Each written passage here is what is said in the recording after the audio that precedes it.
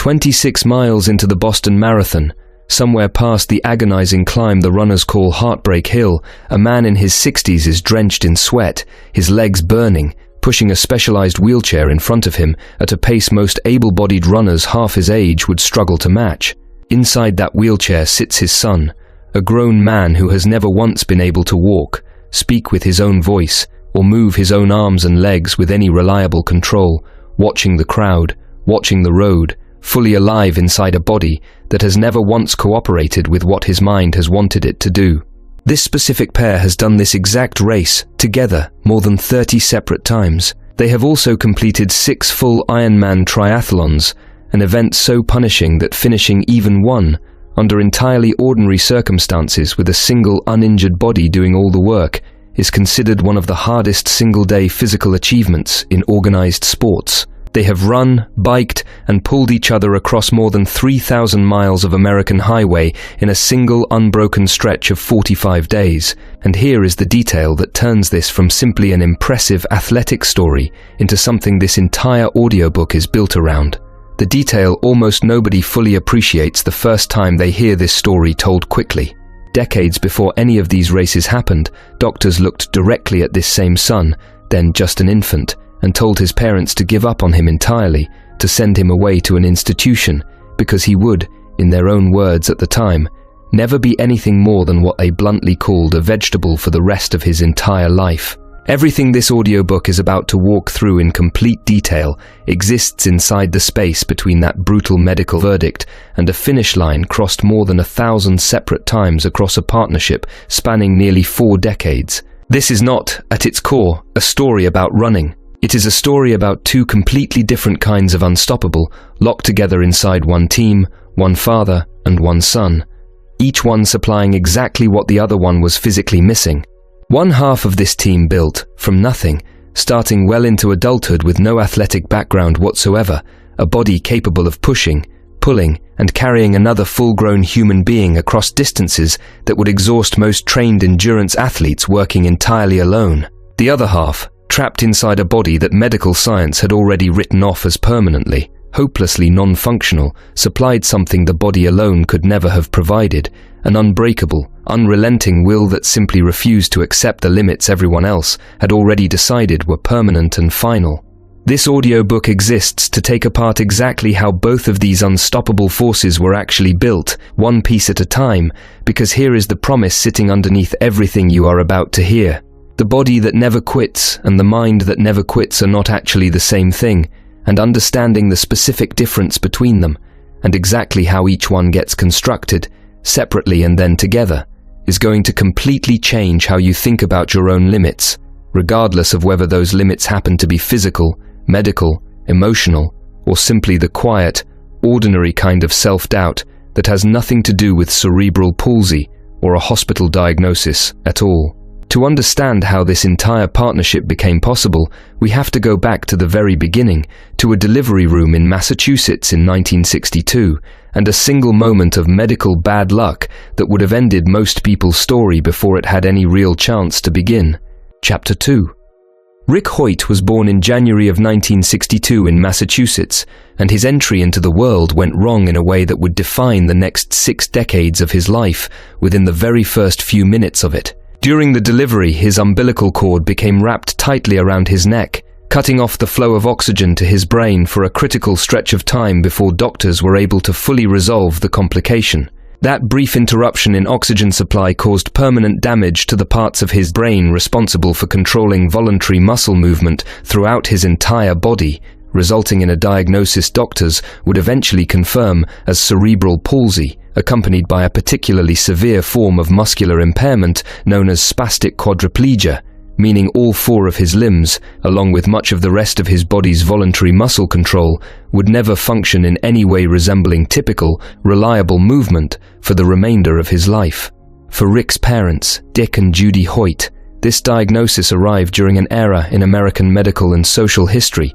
when children, born with disabilities this severe were almost universally treated according to one single, narrow set of assumptions, regardless of how those specific children might have actually developed given a genuinely different set of circumstances and a genuinely different level of investment in their potential. Doctors, examining the newborn Rick Hoyt and observing the extent of his physical impairment, delivered a recommendation to his parents that reflected the dominant medical thinking of that specific period, advising Dick and Judy to institutionalize their son, explaining bluntly that he would never develop into anything beyond what they specifically described, using language that deserves to be repeated exactly as it was actually delivered because of how completely it would eventually be proven wrong, as nothing more than a vegetable for the entire remainder of his natural life. This recommendation was not, by the standards of that particular medical era, considered an unusually cruel or unreasonable position. It reflected a widely held assumption across much of mainstream American medicine at the time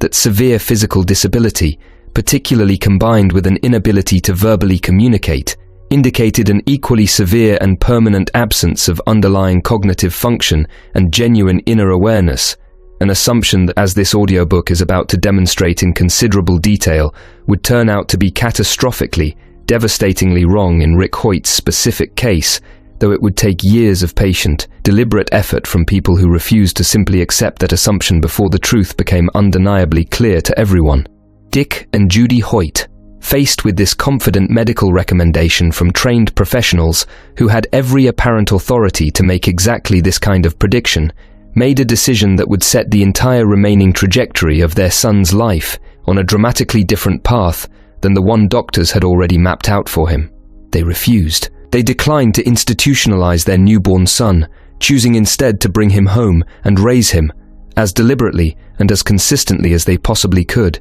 the same way they would have raised any other child without his specific physical limitations, a decision that, examined honestly within the full context of the medical and social assumptions surrounding disability during that specific era, required a genuine, significant act of defiance against confident, credentialed authority, defiance that would not produce any visible, undeniable proof of its own correctness for years still to come. Chapter 3. The years immediately following that initial decision to bring Rick home rather than institutionalize him were defined by an almost complete absence of external validation, a stretch of time where Dick and Judy Hoyt had essentially nothing beyond their own private intuition and their own private hope to justify the considerably more difficult path they had chosen over the comparatively simpler option doctors had originally recommended to them.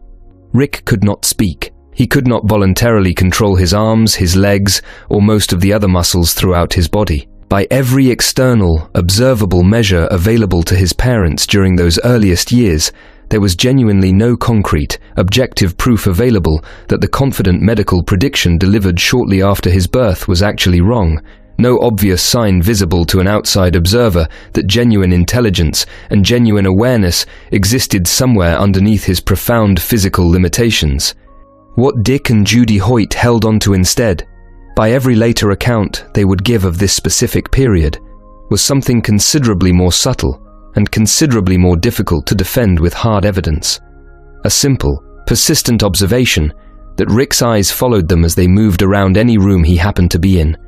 tracking their movement and their position in a way that felt to two parents desperately searching for any sign of genuine connection, meaningfully different from the kind of passive, unresponsive presence the original medical diagnosis would have predicted from someone genuinely lacking inner awareness or cognitive function. This single, modest observation, Rick's eyes actively tracking the people moving around him, became the entire foundation upon which Dick and Judy Hoyt built years of continued effort and continued hope, choosing to interpret it as evidence that some form of genuine understanding and genuine connection existed inside their son, even though they had no formal, objective way to confirm that interpretation with any real scientific certainty at the time. This decision, to invest years of sustained effort based primarily on a subtle, easily dismissed observation rather than waiting for definitive, undeniable proof before committing fully to a considerably more difficult parenting path, represents one of the central psychological themes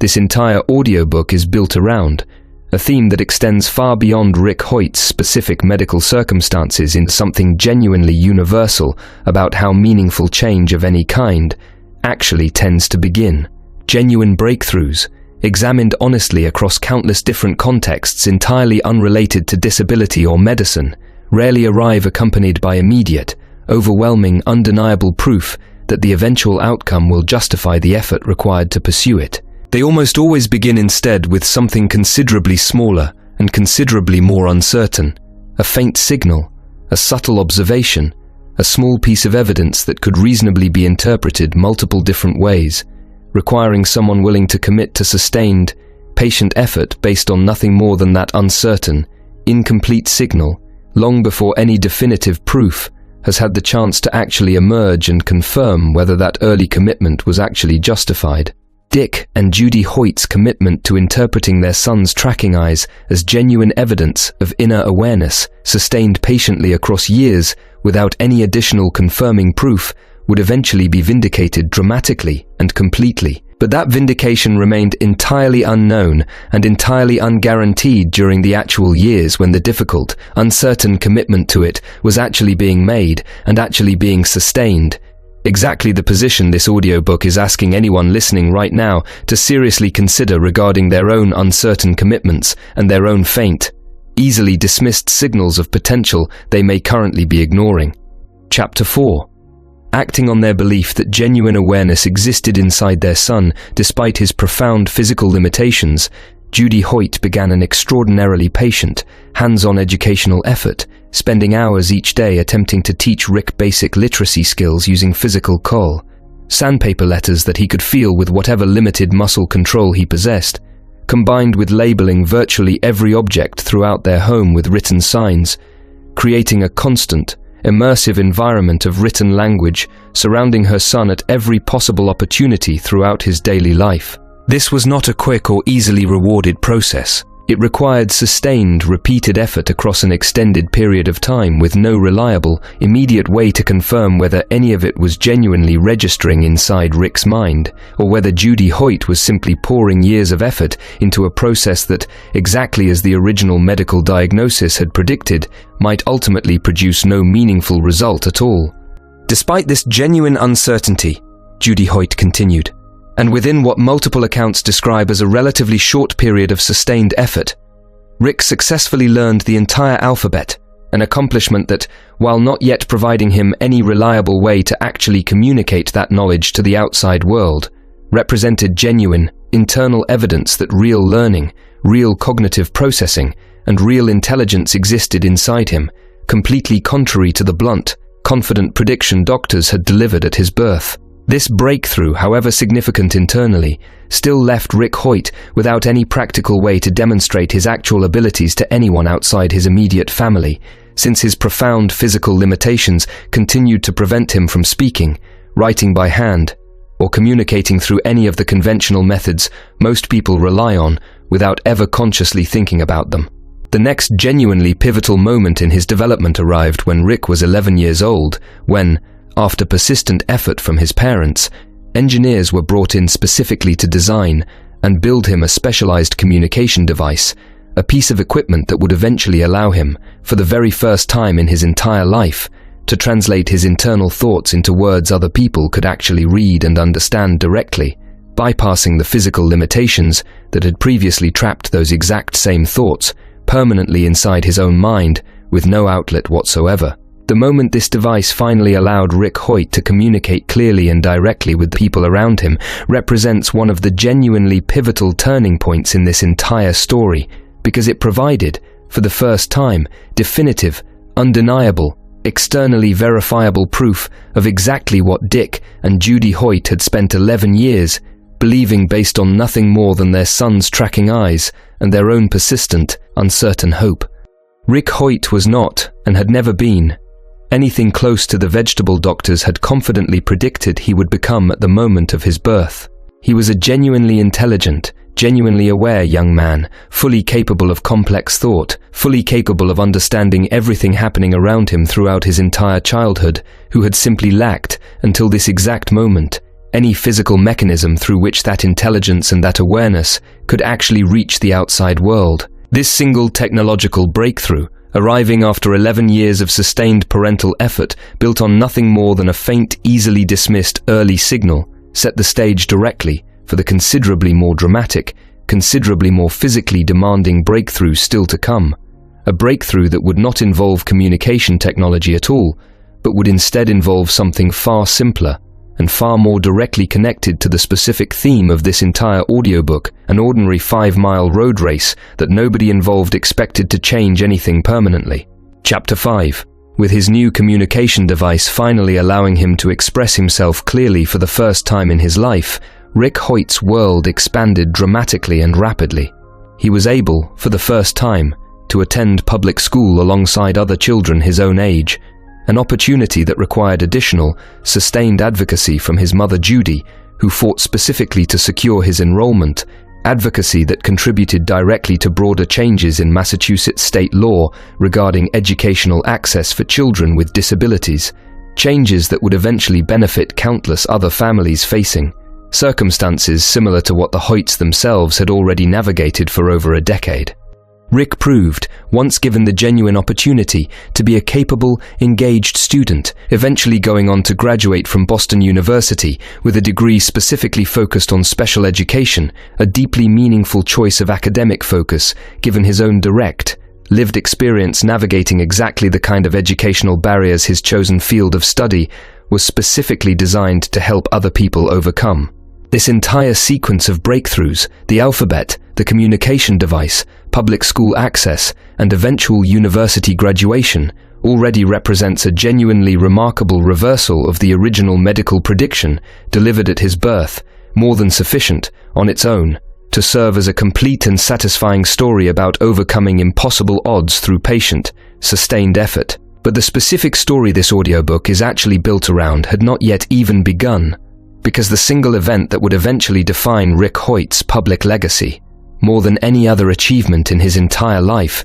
had nothing to do with academics, communication technology, or educational advocacy at all. It began with a simple, specific request Rick made to his father sometime in the mid-1970s after learning that a local athlete, a high school lacrosse player from somewhere in Massachusetts, had recently become paralyzed following an accident. Rick, now able to communicate clearly through his device, told his father directly that he wanted to participate in an upcoming 5-mile charity road race, being organized specifically to raise money and awareness in support of this newly paralyzed athlete, explaining that he wanted to personally demonstrate, through his own participation, that life continues meaningfully even after a significant disability, a message he clearly understood with unusual personal authority, given his own lifelong experience navigating exactly this exact challenge. This request placed Dick Hoyt in a genuinely difficult position. He had no meaningful athletic background of any kind. He had never trained as a runner.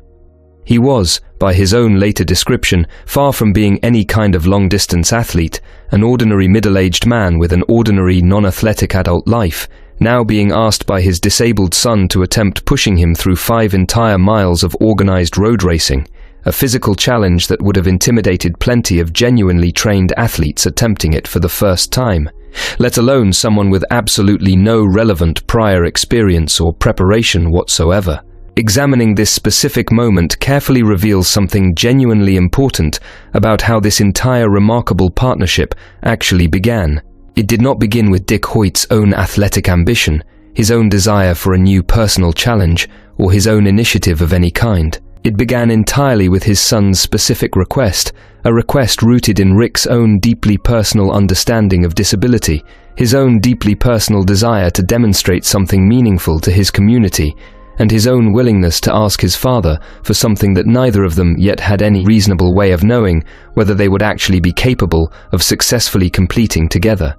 Chapter 6. Dick Hoyt agreed to his son's request, and the two of them showed up together at the starting line of that 5-mile charity race, Dick pushing Rick's wheelchair, neither one of them having any realistic expectation that this single race would eventually expand into anything resembling the decades-long athletic partnership it would actually become. By every account given afterward, the race itself was genuinely difficult for Dick Hoyt, a man with no meaningful running experience attempting to push his son's wheelchair across an unfamiliar 5-mile course, his body straining against a physical demand it had never previously been asked to handle in any capacity whatsoever. They finished the race in a position that, examined purely through the lens of competitive athletic achievement, was genuinely unremarkable, placing second to last among all the participants who had entered that particular charity event. examined purely as an athletic result, finishing second to last in a relatively small local charity race,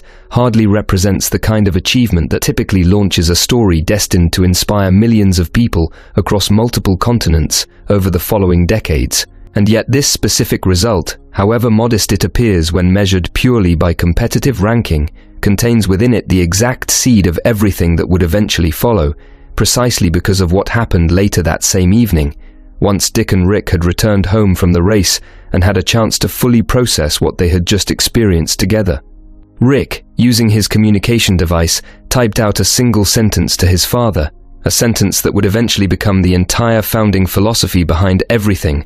Team Hoyt would go on to accomplish across the following 4 decades of competitive racing. He told his father that when he was running, specifically when his father was pushing him through that exact 5-mile race, it felt like he was not handicapped at all. Stop and consider the genuine psychological weight contained inside that single sentence, delivered by a young man who had spent his entire life trapped inside a body that had never once allowed him to move under his own power, who had spent years being told by confident medical professionals that meaningful participation in physical activity of any kind would remain permanently outside his reach, describing an experience, his very first organized race, that had apparently provided him with something considerably more valuable than mere physical exercise or competitive achievement. It had provided him, for what may have been the first sustained period in his entire conscious life, a genuine, embodied sense of freedom from the disability that had otherwise defined every single other moment of his existence up to that point.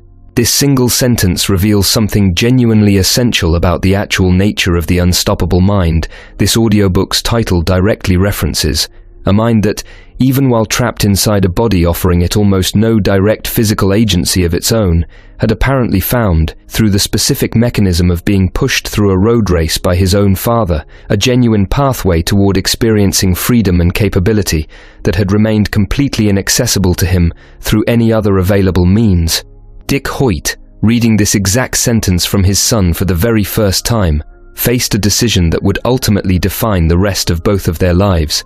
A decision about whether this single race had been a unique, one-time experience worth fondly remembering, or whether it represented the genuine beginning of something both of them needed to continue pursuing together, regardless of how physically demanding and how genuinely uncertain that continued pursuit might eventually turn out to be. Chapter 7. Dick Hoyt chose to continue, and the specific way he chose to continue reveals something genuinely important about the actual mechanics of building physical capability from essentially nothing, a process this audiobook is going to examine in considerably more practical detail because of how directly it connects to the broader theme of building an unstoppable body that this entire episode is specifically built around. Recognizing that he would need considerably more physical capability than he currently possessed in order to continue pushing his son through future races, and facing the practical challenge that Rick spent most weekday hours at school, making it impossible for them to train together during the day, Dick Hoyt began a daily training routine entirely on his own, running consistently, day after day, specifically to build the cardiovascular endurance and physical strength his new athletic ambition was going to require. Lacking his son's actual physical weight to train with during these solo sessions, Dick Hoyt reportedly improvised a practical substitute, running with a heavy bag of cement loaded into the wheelchair in place of his son, deliberately recreating, as closely as he reasonably could on his own, the exact physical demand he would eventually need to handle reliably during actual competitive races. This specific detail deserves careful attention because it illustrates a principle this broader audiobook series examining, motivation and discipline, has returned to repeatedly across multiple different contexts. The genuine power of deliberately structured, consistent daily practice, sustained patiently over time, in producing physical capability that initially seems completely unrealistic or even impossible for someone starting from Dick Hoyt's particular position, a middle-aged man with absolutely no prior athletic training of any kind. The actual results of this sustained daily training effort turned out to be genuinely remarkable in their own right, entirely separate from whatever they would eventually accomplish together as a competitive team. Dick Hoyt's personal cardiovascular fitness improved so dramatically through this consistent daily practice that he eventually achieved a personal best time of 17 minutes for a standard 5-kilometer run, an impressively fast time for any recreational runner to achieve even without the additional kalach, pushing another person's full body weight in a wheelchair throughout the entire distance, let alone for someone who had begun this entire athletic journey with no meaningful prior running background whatsoever. This specific achievement matters enormously to the broader argument this audiobook is building, because it demonstrates with unusual clarity exactly how dramatically the human body can adapt and improve given sufficiently consistent,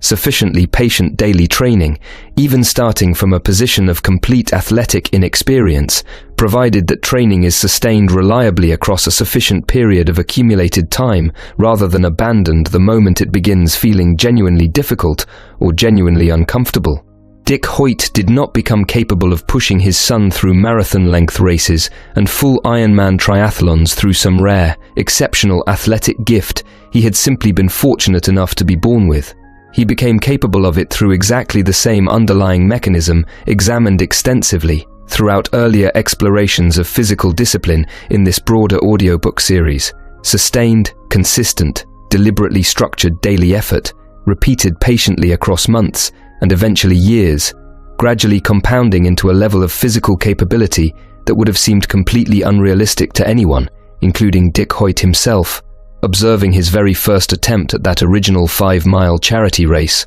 Chapter 8. As Dick Hoyt's physical capability continued improving through sustained, consistent training, the father and son duo began competing together considerably more frequently, gradually transforming what had originally begun as a single, modest charity race into an ongoing, expanding athletic partnership that would eventually stretch across more than 4 decades of their shared lives.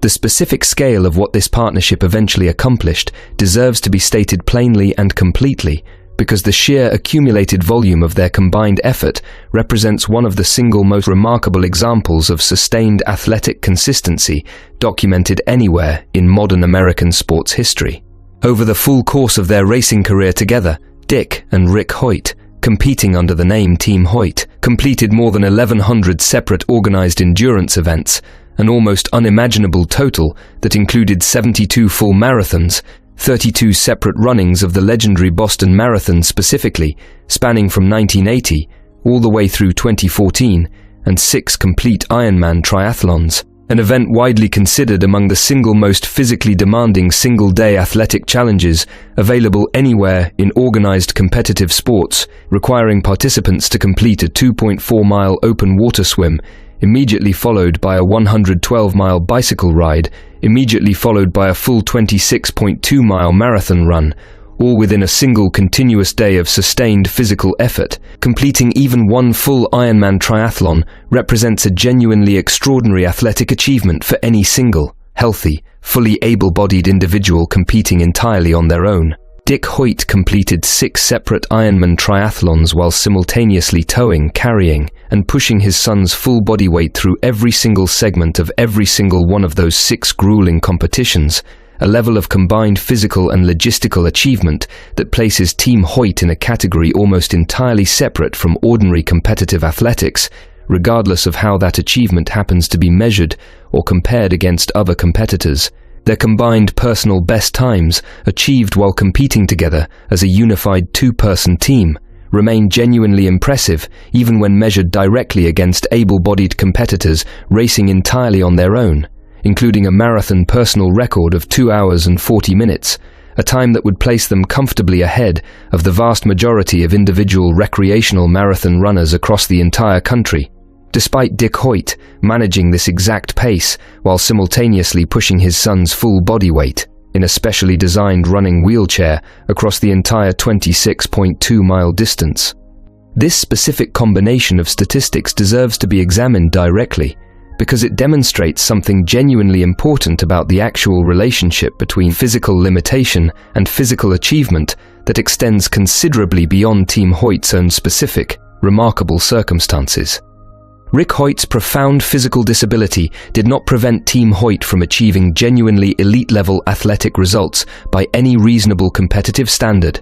It simply required an entirely different approach to achieving those results, one built specifically around combining two distinct forms of capability: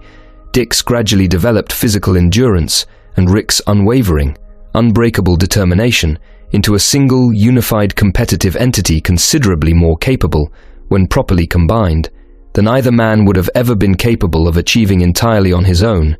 A combination this audiobook is about to examine in considerably more specific mechanical and logistical detail. Chapter 9. Competing successfully across the specific combination of swimming, cycling, and running required by a full Ironman triathlon required Team Hoyt to develop genuinely creative, custom-engineered solutions for each individual segment of the race, since no standard equipment existed at the time capable of safely and effectively combining one fully able-bodied athlete with one athlete experiencing Rick's specific, severe physical limitations.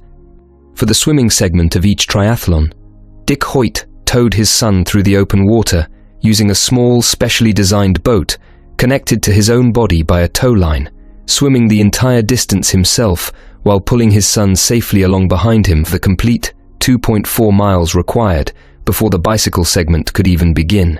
For the cycling segment, Rick was secured into a custom-built seat specifically mounted onto the front of a specially modified bicycle, allowing Dick to pedal the entire 112-mile distance while his son remained safely positioned directly in front of him, fully included in the actual physical experience of the race rather than simply waiting somewhere on the sidelines for his father's eventual return. And for the final marathon running segment, Dick pushed Rick in a specifically designed racing wheelchair, built with the kind of lightweight materials and aerodynamic design specifically required to make pushing another full-grown adult's body weight across 26.2 continuous miles even remotely physically sustainable for a single runner managing the entire effort alone.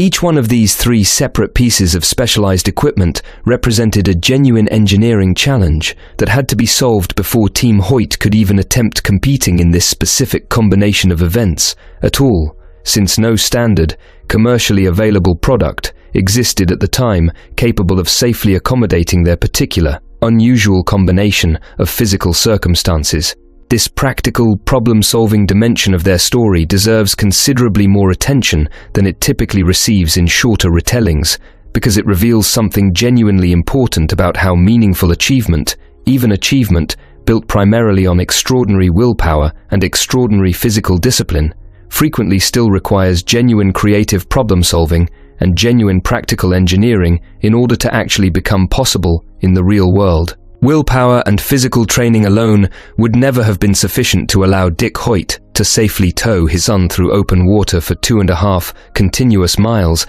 without some specifically designed boat and tow line system capable of actually making that specific task physically achievable and genuinely safe for both of them. The same basic principle applies directly to the custom bicycle seat and the custom racing wheelchair, each one representing a specific, practical solution to a specific, concrete logistical problem that had to be solved correctly before the underlying willpower and physical discipline already discussed throughout this audiobook could actually translate into genuine, repeatable competitive results across more than 1,000 separate events. This combination of relentless determination paired with genuine, creative, practical problem-solving offers a valuable, transferable lesson worth naming explicitly for anyone listening to this audiobook currently facing their own significant obstacle, recognizing that sustained motivation and sustained discipline, while genuinely necessary, frequently still require pairing with genuine creative thinking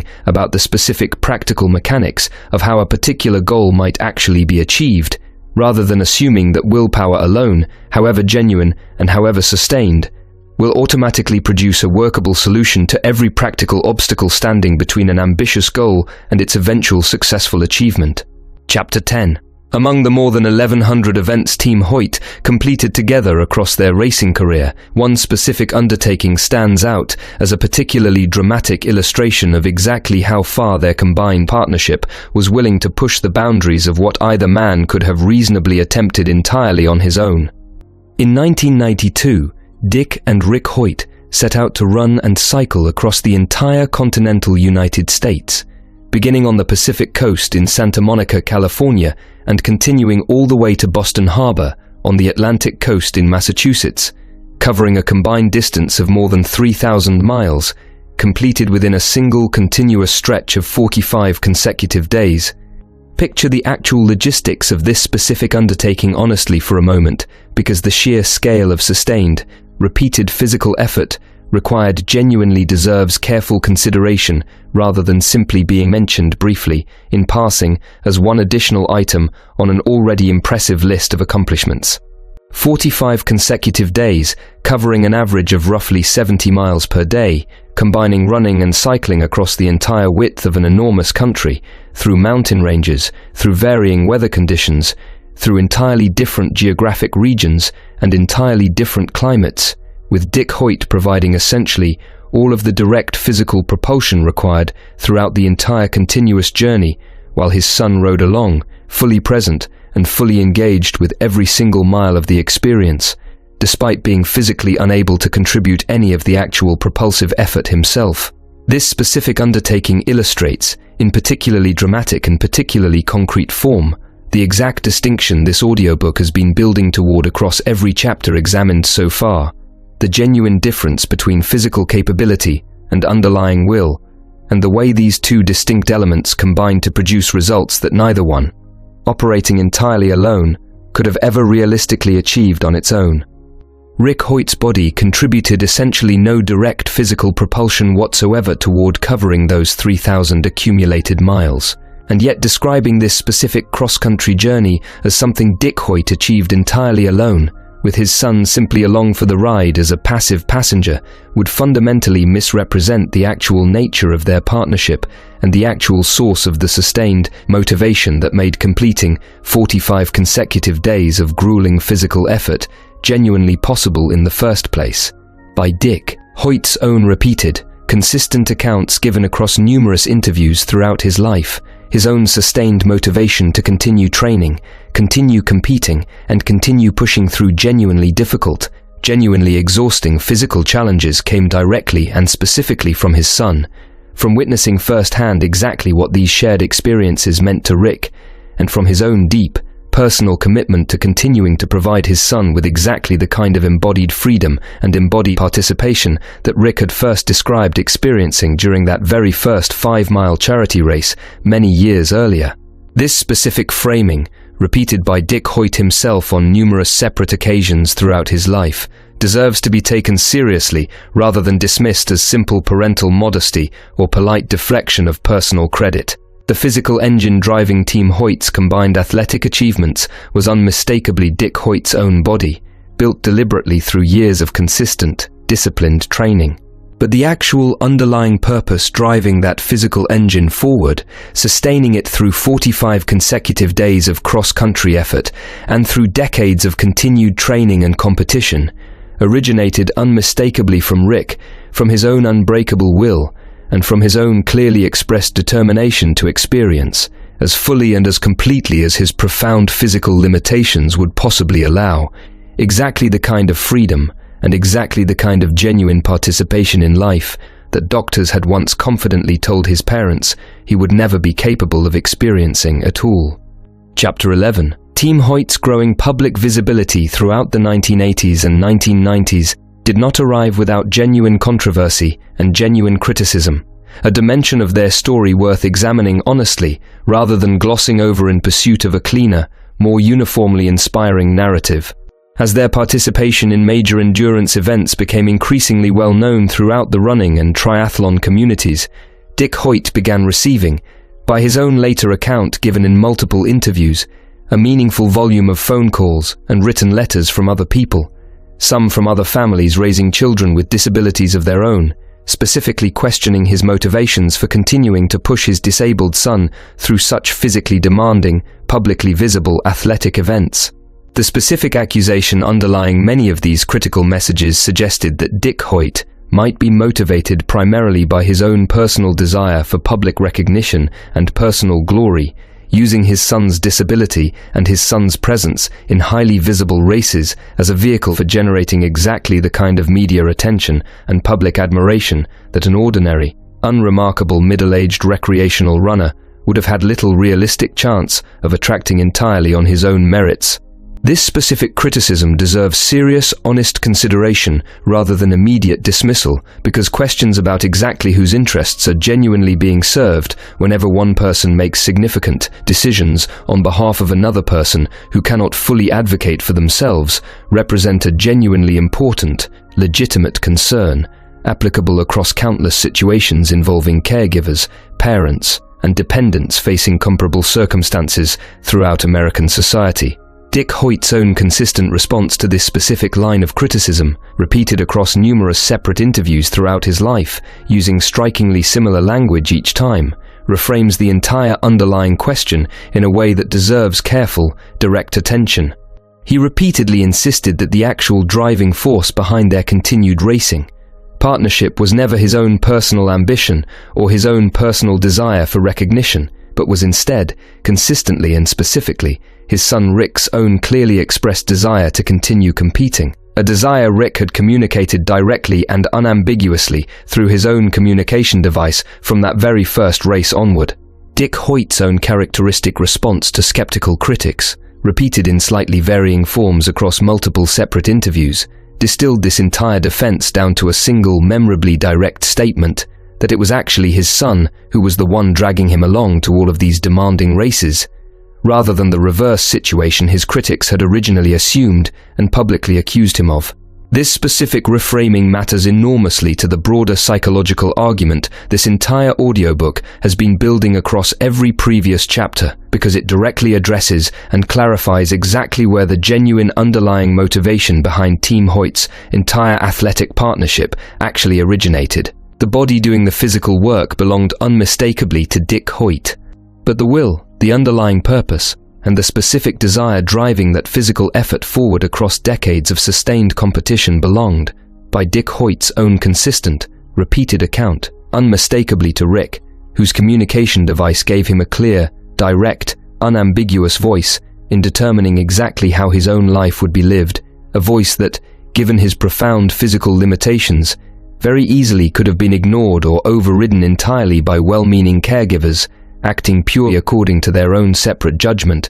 about what might be considered safest or most appropriate, had Dick Hoyt chosen a fundamentally different, considerably less collaborative approach to his role as Rick's father and primary caregiver.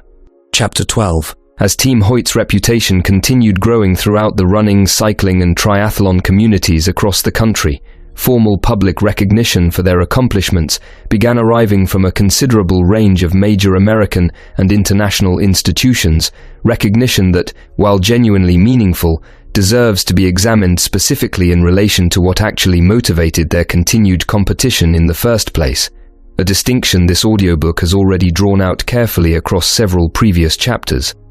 In 1996, Dick and Rick Hoyt were selected to help carry the Olympic torch as it traveled across the United States ahead of that year's Summer Olympic Games, a genuinely significant honor reserved for individuals specifically chosen to represent exceptional personal achievement and exceptional inspirational impact within their own communities. In 2008, they were formally inducted into the Ironman Hall of Fame, an extremely selective honor reserved for an extraordinarily small number of athletes across the entire history of that demanding, internationally recognized competitive event, placing Team Hoyt among an elite group of fewer than 30 total inductees recognized throughout the Hall of Fame's entire existence. In 2013, ESPN presented Team Hoyt with the Jimmy V Perseverance Award at that year's nationally televised ESPY Awards ceremony, a specific honor named after legendary college basketball coach Jim Valvano and specifically reserved for individuals or teams demonstrating extraordinary perseverance through significant personal adversity, presented to Team Hoyt in direct, explicit recognition of the exact qualities this entire audiobook has been examining throughout every previous chapter. That same year, a bronze statue specifically depicting Dick Hoyt pushing his son's wheelchair was permanently unveiled near the starting line of the Boston Marathon in Hopkinton, Massachusetts, commissioned through a partnership between the race's organizing institutions and a major American financial services company, ensuring that their specific story would continue to greet every single future runner beginning that historic race, for as long as that particular monument continues standing in that exact location. Each one of these formal honors represents genuine, well-deserved recognition of an extraordinary athletic and personal achievement. And yet examining Dick Hoyt's own consistent commentary regarding these specific honors, given across numerous interviews throughout the later years of his life, reveals something genuinely important about how this particular recognition related to their original, underlying motivation for competing in the first place. None of these honors, however genuinely significant and however genuinely well-deserved, arrived until years, often decades, after Team Hoyt had already begun competing together, meaning the actual underlying motivation driving their continued participation across literally hundreds of earlier, considerably less prestigious events had clearly never depended on receiving this kind of formal, large-scale public recognition in the first place. This sequencing matters considerably to the broader argument this audiobook has been building throughout every previous chapter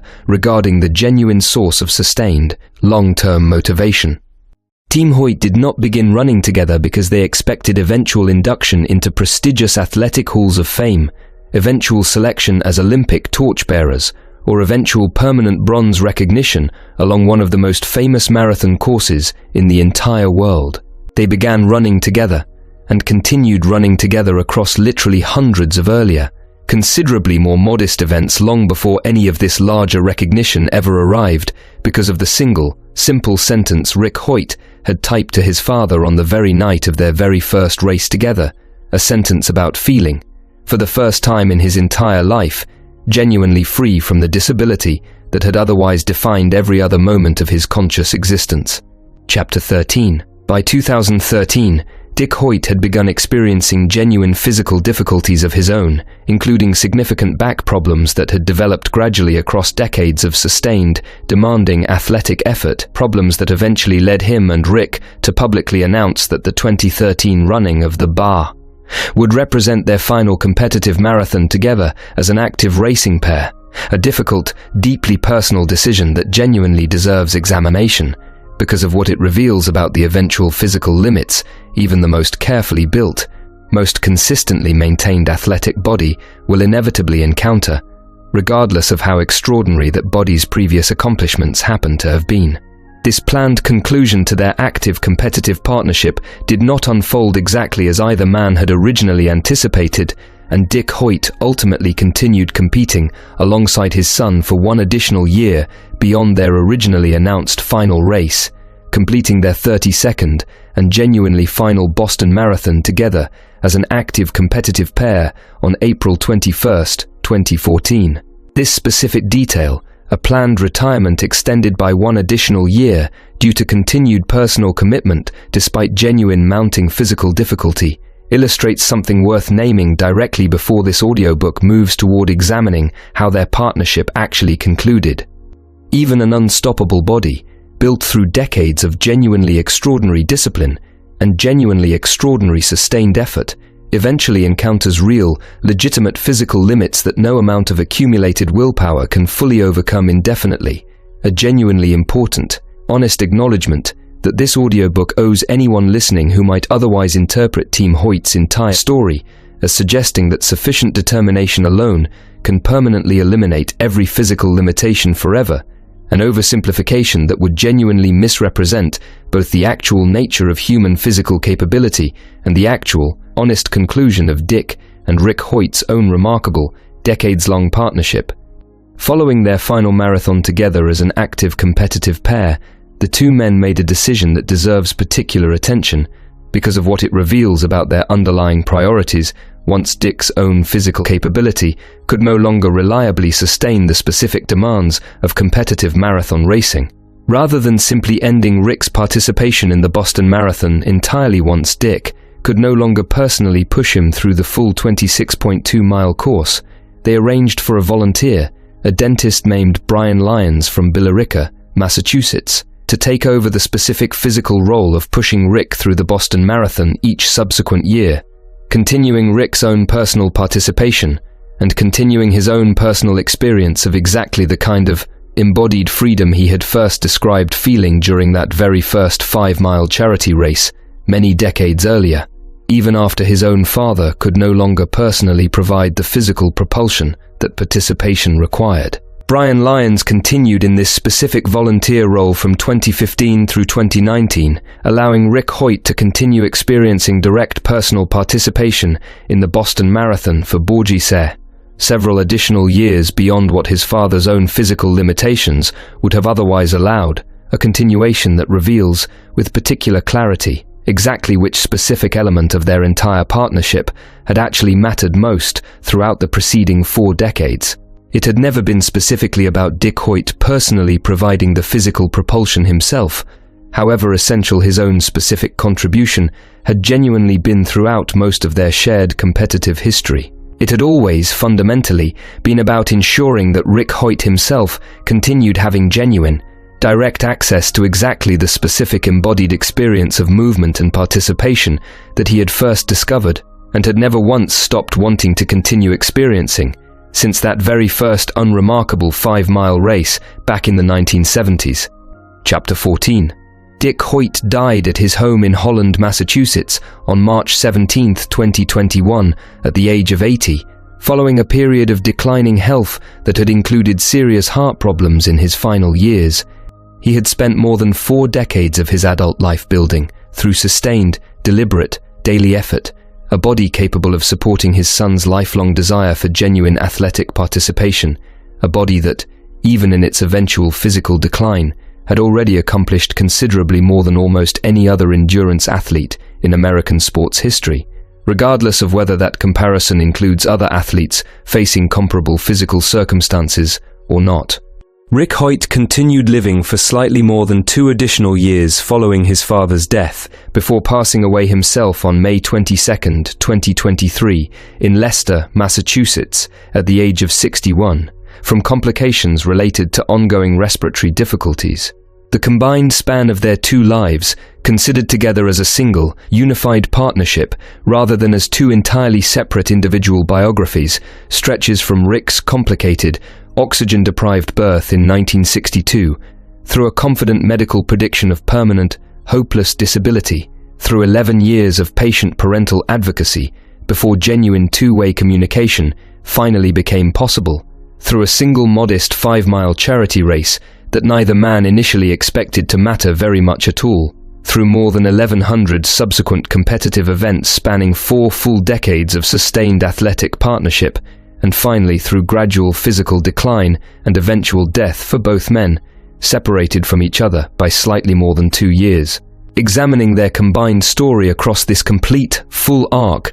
reveals something genuinely important that shorter, more selective retellings, focused primarily on their most dramatic athletic achievements, frequently fail to fully capture. Team Hoyt's story was never actually, at its absolute core, primarily about athletic achievement at all. However genuinely extraordinary that specific athletic achievement undeniably turned out to be across their combined 4 decades of competition together. It was, more fundamentally, a story about one specific, deeply held belief, sustained consistently across an entire lifetime by 2 different people working in close, continuous partnership with each other. The belief that severe physical limitation does not automatically indicate severe limitation of underlying human potential, will, or capacity for genuine, meaningful experience, a belief that began with nothing more concrete than a pair of tracking eyes observed by 2 hopeful, uncertain parents, and ended with a permanent bronze statue standing along one of the most famous athletic courses in the entire world.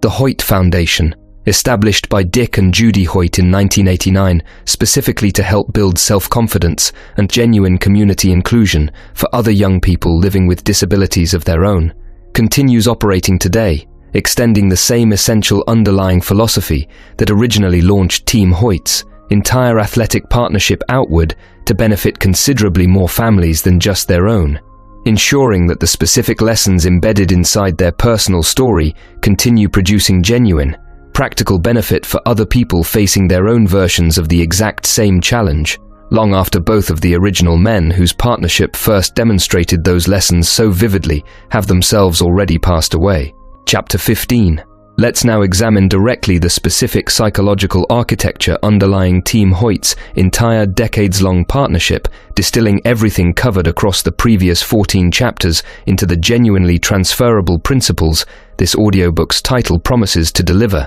because understanding exactly how their particular combination of an unstoppable body and an unstoppable mind actually worked together reveals something considerably more broadly applicable than simply admiring one specific, remarkable father-son athletic partnership from a comfortable emotional distance. The unstoppable body, examined honestly throughout this audiobook, was never something Dick Hoyt simply possessed from birth as some rare, exceptional physical gift unavailable to ordinary people. It was deliberately, methodically constructed, beginning from a position of complete athletic inexperience, through sustained, consistent daily training, repeated patiently across months, and eventually years. Exactly the same underlying mechanism, examined extensively throughout earlier explorations of physical discipline elsewhere in this broader audiobook series.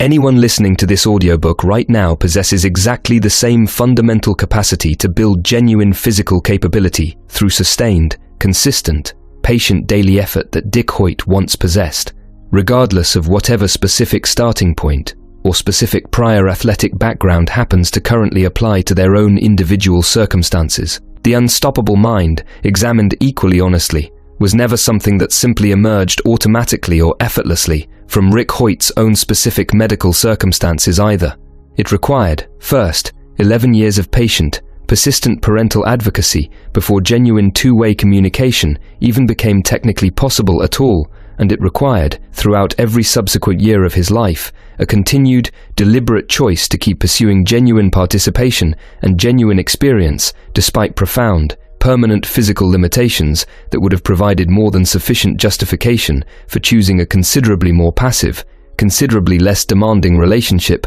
with his own life and his own remaining potential. This distinction between an unstoppable body and an unstoppable mind, examined together as two genuinely separate but deeply complementary forces, offers a particularly valuable framework for anyone listening to this audiobook currently facing their own significant personal obstacle, whether that obstacle happens to be physical, medical, professional, financial, or simply the ordinary, ongoing struggle to sustain meaningful long-term discipline in pursuit of any genuinely difficult, genuinely worthwhile goal. Building an unstoppable body requires exactly the kind of consistent, patient, sustained physical practice examined extensively throughout earlier explorations of fitness psychology elsewhere in this broader audiobook series. Friction reduction, identity-based habit formation, and patient tolerance of an extended period where genuine progress remains largely invisible despite continued, sustained effort. Building an unstoppable mind requires something somewhat different, though deeply complementary: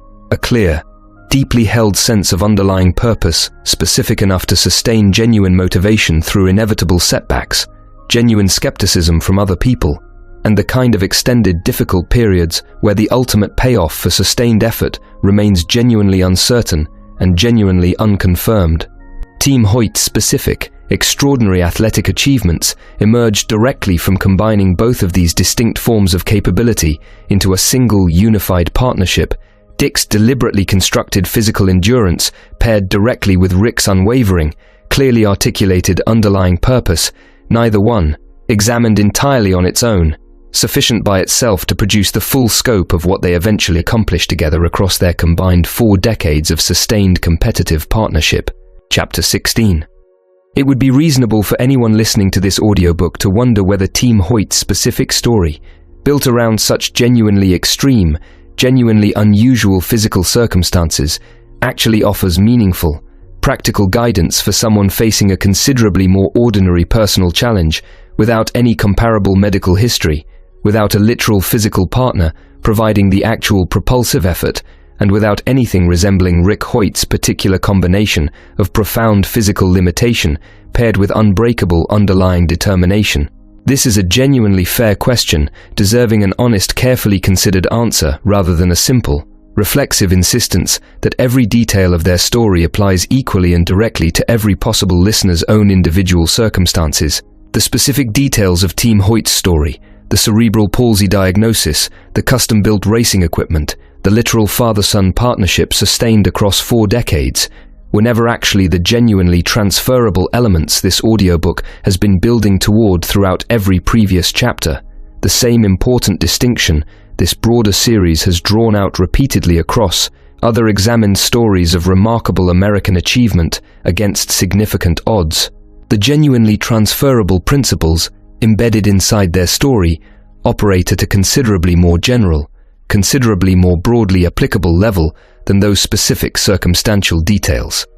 Anyone listening to this audiobook currently facing a significant personal limitation, whatever its specific nature happens to be, can meaningfully apply the same underlying distinction this audiobook has drawn out between physical capability and underlying purpose, recognizing that genuine, sustained progress toward any sufficiently difficult goal typically requires deliberately building both elements simultaneously. Rather than assuming that sufficient willpower alone will automatically produce the practical physical capability required, or that sufficient physical capability alone will automatically produce the sustained underlying motivation required to actually keep applying that capability consistently across the extended period of time genuine achievement typically demands.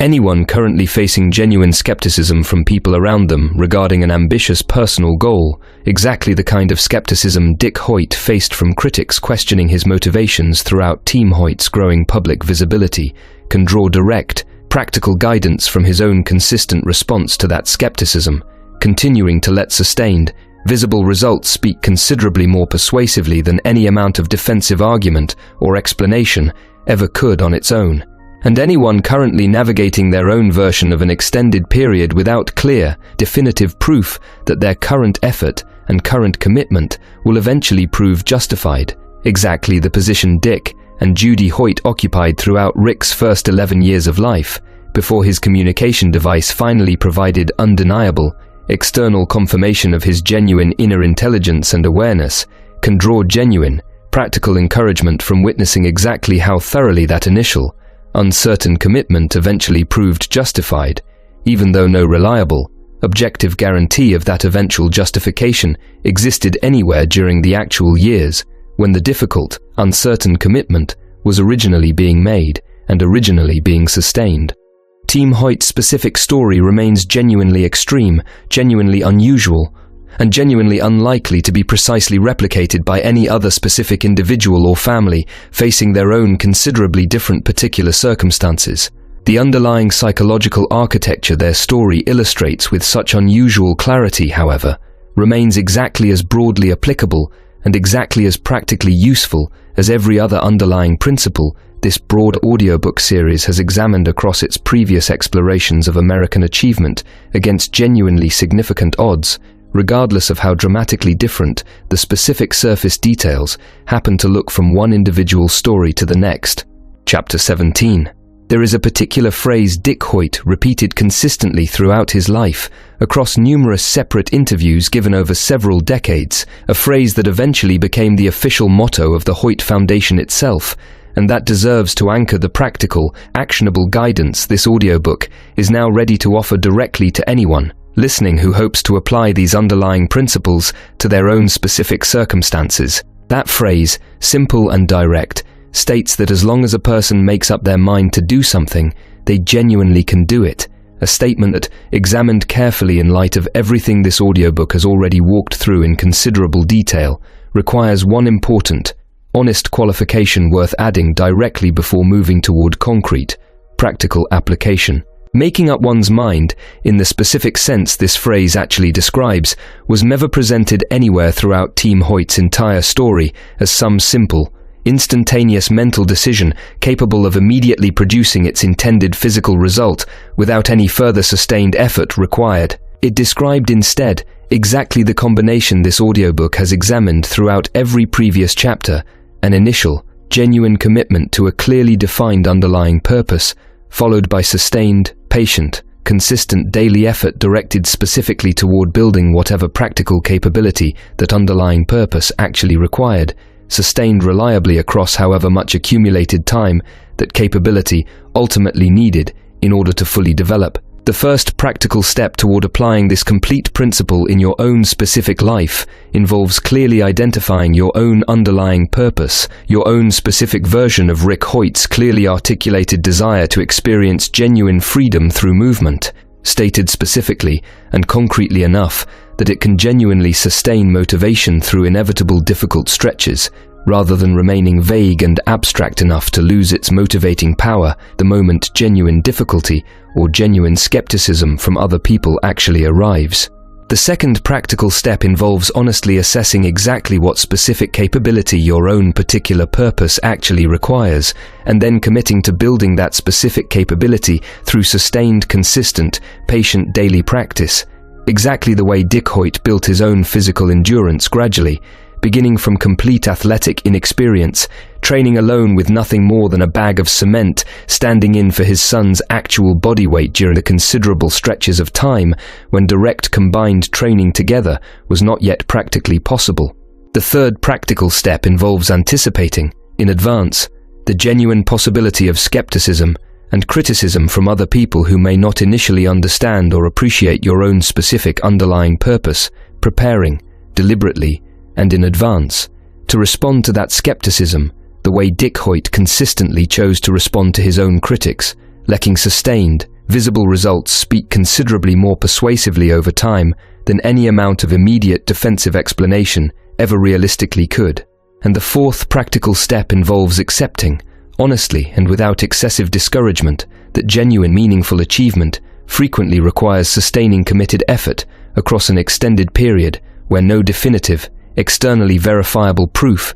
yet exists confirming that your particular commitment will eventually prove fully justified. Exactly the considerable uncertainty Dick and Judy Hoyt navigated throughout Rick's first 11 years of life, long before any communication device existed, capable of providing the kind of undeniable confirmation that would eventually transform their original, uncertain hope into permanently, completely validated certainty. Chapter 18. There is one final, particularly important dimension of Team Hoyt's story worth examining directly before this audiobook moves toward its concluding chapters, a dimension concerning the genuine, mutual interdependence built directly into their entire decades-long partnership, a quality worth naming explicitly because of how directly it challenges a particular, frequently repeated assumption embedded inside much of modern motivational and self-improvement culture, the assumption that genuine personal strength and genuine personal resilience must necessarily be built and sustained entirely through individual,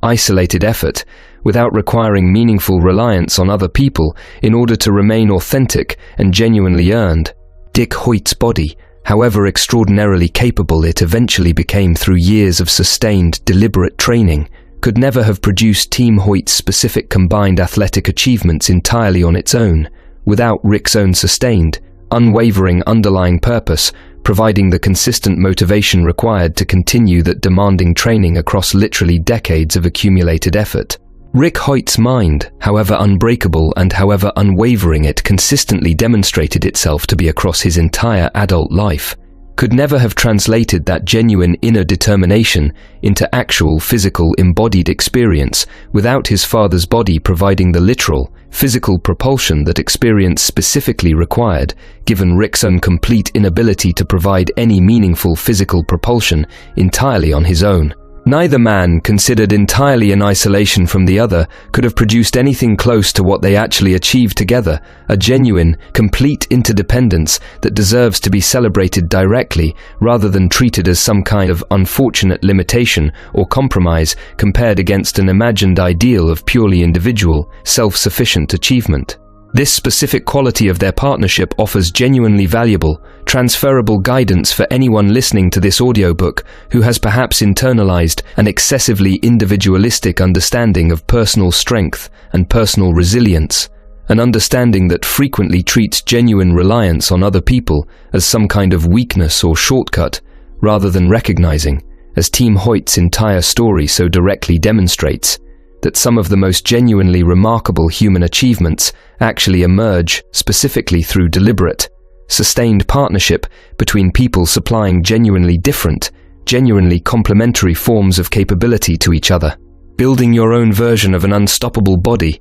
and an unstoppable mind does not necessarily require finding a literal, physical partner in quite the same direct sense Dick and Rick Hoyt found in each other. It does suggest, however, that honestly identifying where your own particular capabilities and your own particular limitations actually lie, and then deliberately seeking out whatever specific combination of personal discipline, professional guidance, genuine community support, or close personal relationship might most effectively supply whatever you happen to be missing, represents a considerably more realistic, considerably more sustainable path toward genuine, lasting achievement than attempting to single-handedly cultivate every single required element entirely through isolated individual effort alone. Team Hoyt's specific partnership happened to take the particularly dramatic, particularly visible form of one father physically carrying his disabled son across more than 1,000 separate competitive events. The underlying principle their partnership so vividly illustrates, that genuine strength frequently emerges through deliberate combination rather than purely isolated individual effort, remains exactly as valuable and exactly as practically applicable to anyone listening to this audiobook today, regardless of how considerably different your own specific circumstances and your own specific required combination of complementary support happen to actually look in practice. Chapter 19. As this audiobook approaches its conclusion, it is worth returning directly to the specific sentence that originally launched Team Hoyt's entire 4-decade partnership, the sentence Rick Hoyt typed to his father on the evening of their very first 5-mile charity race, describing how running had made him feel, for the first time in his entire conscious life, genuinely free from the disability that had otherwise defined every other moment of his existence up to that point. This single sentence deserves to anchor the final, most important lesson this entire audiobook has been building toward across every previous chapter. A lesson about the actual relationship between limitation and freedom that extends considerably beyond Rick Hoyt's own specific, profound physical circumstances into something genuinely universal about the human experience more broadly. Every single person listening to this audiobook carries their own specific version of limitation, whether that limitation happens to be physical, financial, professional, emotional, or simply the ordinary, accumulated weight of past disappointments and past failed attempts at meaningful change that can eventually feel just as confining and just as permanently fixed as any formal medical diagnosis ever could. Rick Hoyt's particular limitation happened to be more severe, more visible, and more thoroughly documented by confident medical authority than almost any other limitation most people listening to this audiobook will ever personally face in their own individual lives. And yet his particular response to that limitation, refusing to accept it as a permanent, complete description of his own entire human potential, and actively seeking out, then relentlessly pursuing, whatever specific experiences remained genuinely available to him despite that limitation, offers exactly the same underlying template available to anyone currently facing their own considerably less severe, but still genuinely real, personal limitation. Building an unstoppable body, as this audiobook has examined in considerable practical detail, requires sustained, patient, consistent daily training. Exactly the kind Dick Hoyt undertook beginning from complete athletic inexperience, gradually constructing genuine physical capability through nothing more dramatic than repeated, deliberate daily effort sustained across an accumulated stretch of months and eventually years. Building an unstoppable mind, examined with equal care throughout this audiobook, requires something considerably less mechanical and considerably more deeply personal, a clear, genuinely held underlying purpose, specific enough to sustain genuine motivation through skepticism, through setbacks, and through extended periods where definitive proof of eventual success remains genuinely unavailable. Exactly the kind of purpose Rick Hoyt discovered and articulated with such remarkable clarity from the very first night. His new communication device allowed him to express it directly to his father for the very first time. Neither one of these two distinct forms of unstoppable capability, examined honestly and separately, would have been sufficient on its own to produce everything Team Hoyt eventually accomplished together across their combined 4 decades of sustained partnership. It required both, deliberately constructed and deliberately combined, exactly the way this audiobook's own title directly describes, a body that never quits, paired inseparably with a mind that never quits, working together in genuine, sustained partnership toward a purpose significant enough to justify the sustained effort both elements actually required. Chapter 20. Here is the single idea worth carrying forward from everything this audiobook has examined, the idea connecting that original delivery room in Massachusetts in 1962, where doctors confidently predicted permanent, hopeless limitation, directly to whatever specific limitation you happen to be facing right now as these final words reach you. Rick Hoyt was told by people with every apparent authority and every apparent expertise required to make exactly that kind of prediction that his life would amount to nothing more than permanent, complete dependence, devoid of genuine awareness, genuine capability, or genuine participation in the world around him. That prediction turned out to be completely, thoroughly wrong. Not because some sudden miracle intervened to reverse his actual physical condition, which remained genuinely, permanently severe throughout his entire life, but because two parents refused to accept that prediction as a complete, permanent description of their son's entire human potential, and because Rick himself, once finally given the means to communicate his own genuine inner experience, made a sustained, lifelong choice to keep pursuing genuine participation and genuine freedom despite physical collapses that never once actually disappeared or meaningfully improved across his entire 6 decades of life. Dick Hoyt's own body, similarly, was never some unusually gifted athletic instrument naturally suited to completing 6 Ironman triathlons and 32 Boston marathons. It was an entirely ordinary, middle-aged body, deliberately, patiently transformed through sustained, consistent daily training into something genuinely extraordinary, built one unremarkable training run at a time, often completed entirely alone, pushing nothing more inspiring than a bag of cement, long before that same body had any concrete proof that the considerable effort being invested would ever actually produce the results it eventually, undeniably did produce. The specific combination these two men built together, an unstoppable body paired inseparably with an unstoppable mind, working in genuine, sustained partnership across more than 4 full decades, remains exactly as available to you, starting today, as it was available to a non-athletic father and his non-verbal, severely disabled son back in the 1970s, neither one of them having any reasonable way of knowing, at the time their partnership actually began, exactly how far that partnership would eventually carry them both. You do not need Rick Hoyt's specific medical history to build your own version of an unstoppable mind, a clear, deeply held underlying purpose sufficient to sustain genuine motivation through skepticism, setbacks, and extended periods of genuine uncertainty. You do not need Dick Hoyt's specific athletic circumstances to build your own version of an unstoppable body, sustained, patient, consistent daily training applied specifically toward whatever capability your own particular purpose actually requires. You need only the same basic decision both of these men made, separately and then together, decades ago. The decision to refuse whatever confident prediction of permanent limitation currently sits in front of you, and to begin, today, with whatever single small step is actually available to you right now, the patient, sustained work of proving that prediction wrong, one single day at a time, for exactly as long as it eventually takes.